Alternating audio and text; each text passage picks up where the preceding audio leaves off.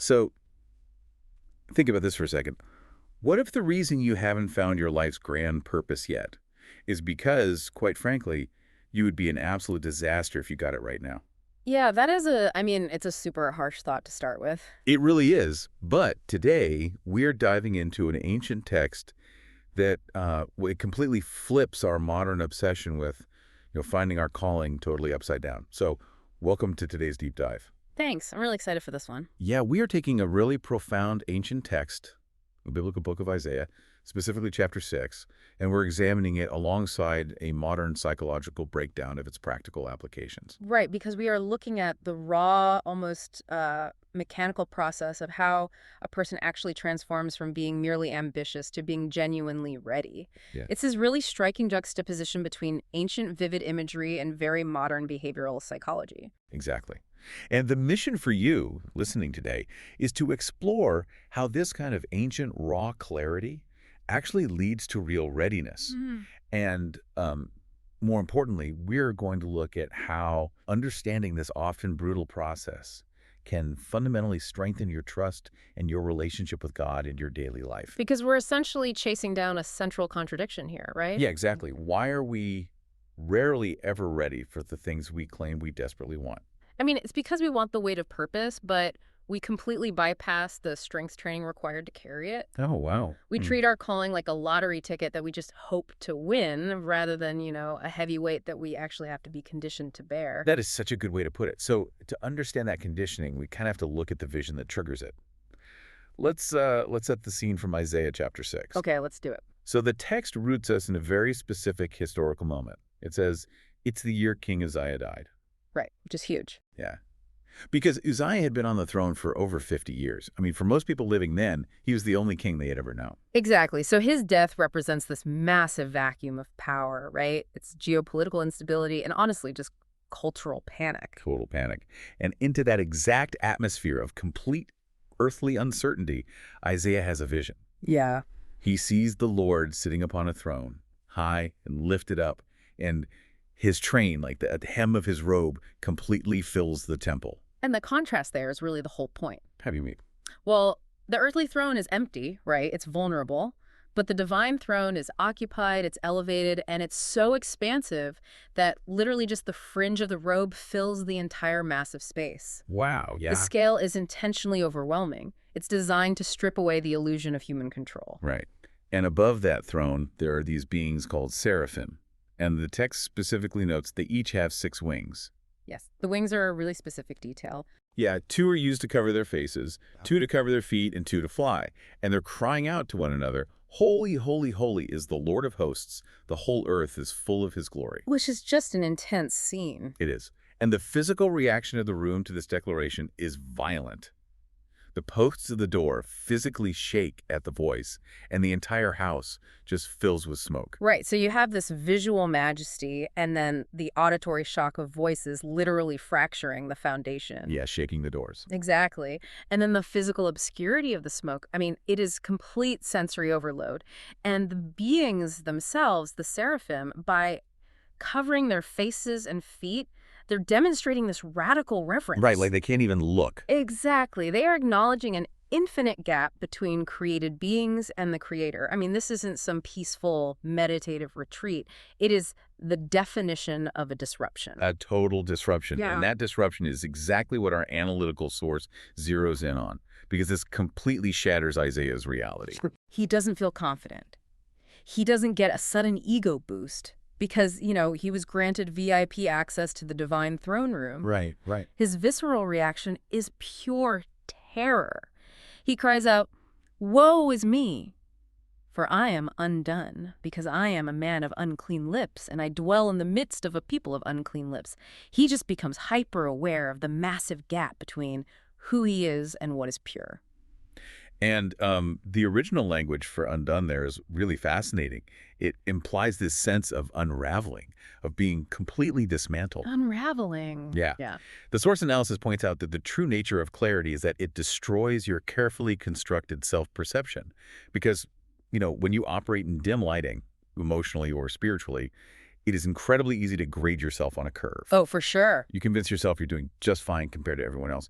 But when faced with absolute purity, that curve just disappears. Okay, so it's like imagine you're in a room you spent the whole afternoon cleaning, right? Okay. You think it's spotless. You're actually patting yourself on the back like, I did a great job. Right, feeling good about it. Exactly. And then someone wheels in this harsh million-watt fluorescent stadium lighting and just flips the switch. Oh, man. Suddenly, the light is so unforgiving that you can see every single speck of dust suspended in the air. You see every smudge on the baseboard, every cobweb you missed. Yep. The room didn't magically get dirtier, right? The light just exposed what was already there. So my question is, why is it that our first reaction to true, honest clarity is usually deep discomfort rather than, feeling empowered? Well, because modern clarity is often just disguised validation. Oh. I mean, we want a mirror that flatters us, not a light that exposes us. Real clarity exposes where we are fundamentally misaligned. Growth has to start with an honest, unvarnished self-assessment. Yeah. If you're going through your life and you never feel internally challenged, if you never have a woe is me moment, or your own flaws genuinely grieve you, you simply aren't seeing clearly. You are still standing in the dim room, clinging to your ego. Man, that's confronting. But the good news is, the text doesn't leave Isaiah just sitting on the floor in a puddle of self-loathing. No, it moves fast. Right. The vision moves rapidly from this harsh exposure to a very sudden physical correction. One of the seraphim flies over to Isaiah, and he's holding a live, burning coal taken with tongs from the altar. A live coal. Yeah, burning hot. And the seraph touches this burning coal directly to Isaiah's mouth and declares, "Lo, this hath touched thy lips, and thine iniquity is taken away, and thy sin purged." The mechanism here is so vital to understand because the coal isn't just pulled from some random fireplace. It's taken from the altar. Right, the altar. And the altar, in ancient contexts, is the specific place of sacrifice. It's about atonement and exchange. It is where a cost is paid.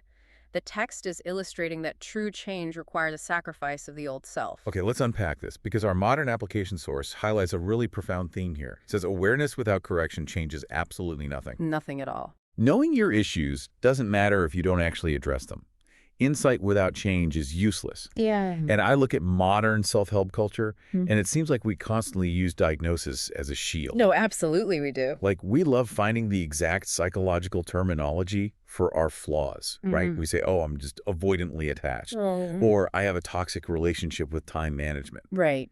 And we wear those labels like badges of self-awareness. Yeah. Like, we accomplish something just by naming it. Yeah. But then we actively dodge the painful burning coal of actual behavioral change. Do we modernly love getting the diagnosis but completely refuse to undergo the surgery? What's fascinating here is how the ancient text anticipates that exact psychological defense mechanism. Really? Yeah, I mean, we've convinced ourselves that identifying a flaw is the equivalent of fixing it. Therapy speak has honestly sometimes enabled us to build a fortress around our worst traits. Oh, that's so true. We think saying I have a temper somehow excuses the outburst because, well, we're being authentic. Right, like that's just who I am. Exactly. But Isaiah's vision destroys that framework. Recognition is just the starting line. Correction is mandatory. And the correction involves the heat of the altar. It burns. Yeah, it's not comfortable. Not at all. Changing a core behavioral pattern, actually apologizing when you are wrong, killing your own pride that feels like a burning coal to the ego.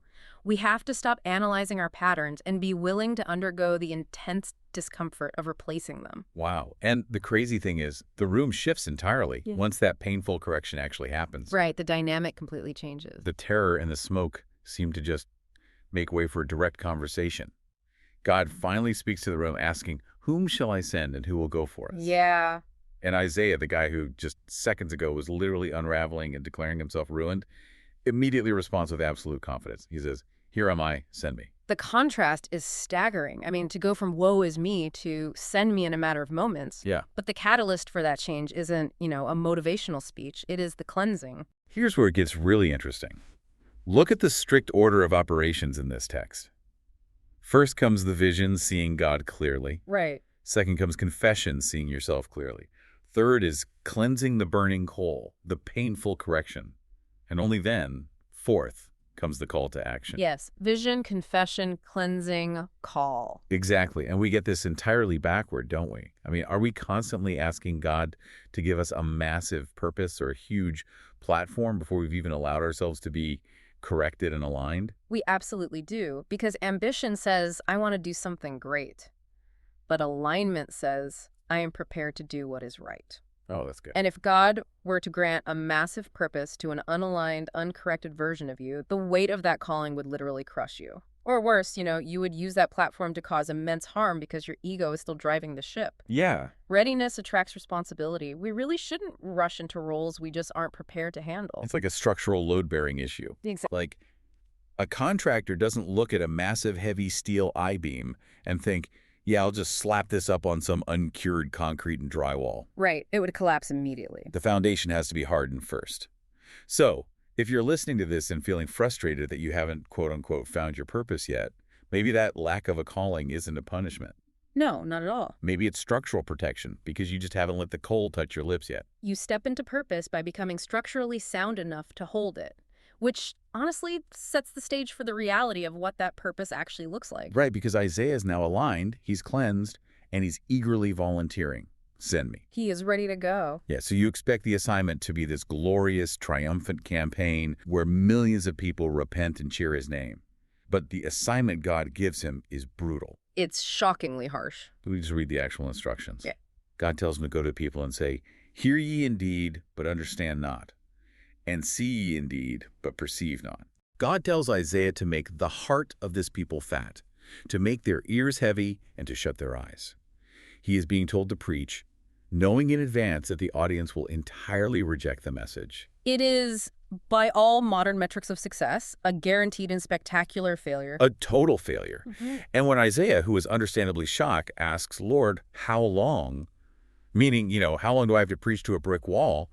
The response is devastating. Yeah, it gets worse. God says, until the cities be wasted without inhabitant, and the houses without man, and the land be utterly desolate. Wait, I am struggling to see how this isn't just incredibly discouraging. I know, it sounds terrible. He's intentionally sending him to fail. Yeah. How on earth is this supposed to strengthen someone's trust and relationship with God when the immediate results of their obedience are rejection, misunderstanding, and total desolation? I mean, it sounds like a recipe for massive psychological burnout. If we connect this to the bigger picture, we have to fundamentally redefine our metrics of value. Okay, how so? Well, in our culture, we measure value by immediate positive feedback. Right. Engagement, applause, rapid growth. If we do something and people cheer, we think, okay, that was purposeful. Right, we got the likes, we got the validation. Exactly. And if we do something and face rejection, we immediately think we made a mistake. But doing what matters deeply does not mean it will feel rewarding right away. The application source points out that your clarity doesn't magically override the free will of others. People will still choose to ignore the truth, even when it's presented perfectly. But why design the calling that way? I mean, why strip away all the positive reinforcement? Because if Isaiah's obedience was tied to the applause of the crowd, he would be worshiping his own impact, not the God who sent him. No. He would have quit on day 2. This brutal assignment forces Isaiah to tether his obedience entirely to the throne room. Our responsibility is to deliver what's right and stay committed to the truth, not to try and control the responses of the audience. The trust is built precisely because the immediate reward is removed. You learn to trust the character of the sender rather than the reaction of the receiver. Man, that is a jagged pill to swallow. It really is. We all want the movie montage, We want to put in the hard work and then see the immediate payoff at the end of the song. But Isaiah is being told his life's work will look like a barren wasteland to everyone around him. It will look like a wasteland, yes. But it is not a failure. No. That is the crucial pivot the text makes right at the end, in the final verses. Right. The desolation is a mechanism, it's not the final word. Yeah, because despite the absolute bleakness of the immediate assignment, the chapter ends with this vital, enduring promise that shifts our entire perspective on long-term purpose. Yeah, it gives you hope. After describing the desolation and a great forsaking in the land, God says, but yet in it shall be a tenth, and it shall return. And he gives this botanical image. He says it will be like a tale tree or an oak whose leaves have been cast off. It looks dead on the surface. But the text says, the holy seed shall be the substance thereof. The leaves are gone, the branches are stripped, the immediate beauty is just totally destroyed. But the genetic material of future life, the core substance, it remains. So what does this all mean? Our application text notes that results may be delayed, Mm. but they are not absent. Exactly. It's like, let's think about this like planting an acorn. Okay. You plant an acorn for a mighty oak tree, right? Right. But you yourself might never actually get to sit in its shade. Oh, that's true. It takes generations. Yeah, the leaves fall off, seasons change, and it feels like it takes forever. Yeah. But the substance, the holy seed, is there. It's growing. How does focusing on the holy seed rather than the wasted cities fundamentally shift how we relate to and trust God? This raises an important question, really about the timeline of our faith. This entire process we've been talking about, it systematically strips away our ego. If you are hyper-focused on the wasted cities, the lack of immediate results, you are going to become cynical and resentful toward God. But if you focus on the mechanism of the holy seed, it forces you to trust God's long-term impact over your desperate desire for short-term feedback. It solidifies the relationship. Exactly. It solidifies a relationship based on steadfast alignment rather than superficial ambition. You are no longer performing for a reaction. You are participating in a reality that outlasts your own lifetime. Participating in a reality that outlasts your lifetime. I love that. You can present truth clearly to the people in your life. You can do the right thing in your career. You can set the healthy boundary. And you can still be completely ignored or rejected. Yep, that happens all the time. The leaves might burn off the tree. But the substance of what you did, if it was aligned with what is holy, remains. Change doesn't always happen quickly, but that does not mean nothing is happening. The seed is in the ground. This ancient text really serves as the ultimate blueprint for modern resilience. I mean, if you understand that clarity is supposed to be uncomfortable, you won't retreat back into the dim room. Right. If you understand that correction is required, you won't use your psychological diagnosis as an excuse. You will actually welcome the heat of the coal. Yeah. And if you understand that meaningful work faces intense resistance, you won't abandon the calling just because the results look like desolation. You will just keep pointing back to the throne room. Exactly. The through line here is undeniable. Clarity exposes our misalignment. Correction brings us into readiness. And readiness, finally, leads to true purpose, even if that purpose is incredibly difficult. It's a hard process, but it's the only one that works. It is. Yeah. We've seen what happened when Isaiah allowed true clarity to shatter his ego and correct him. The question for you is, are you willing to embrace the uncomfortable clarity before chasing the purpose? How will you apply this information in your life?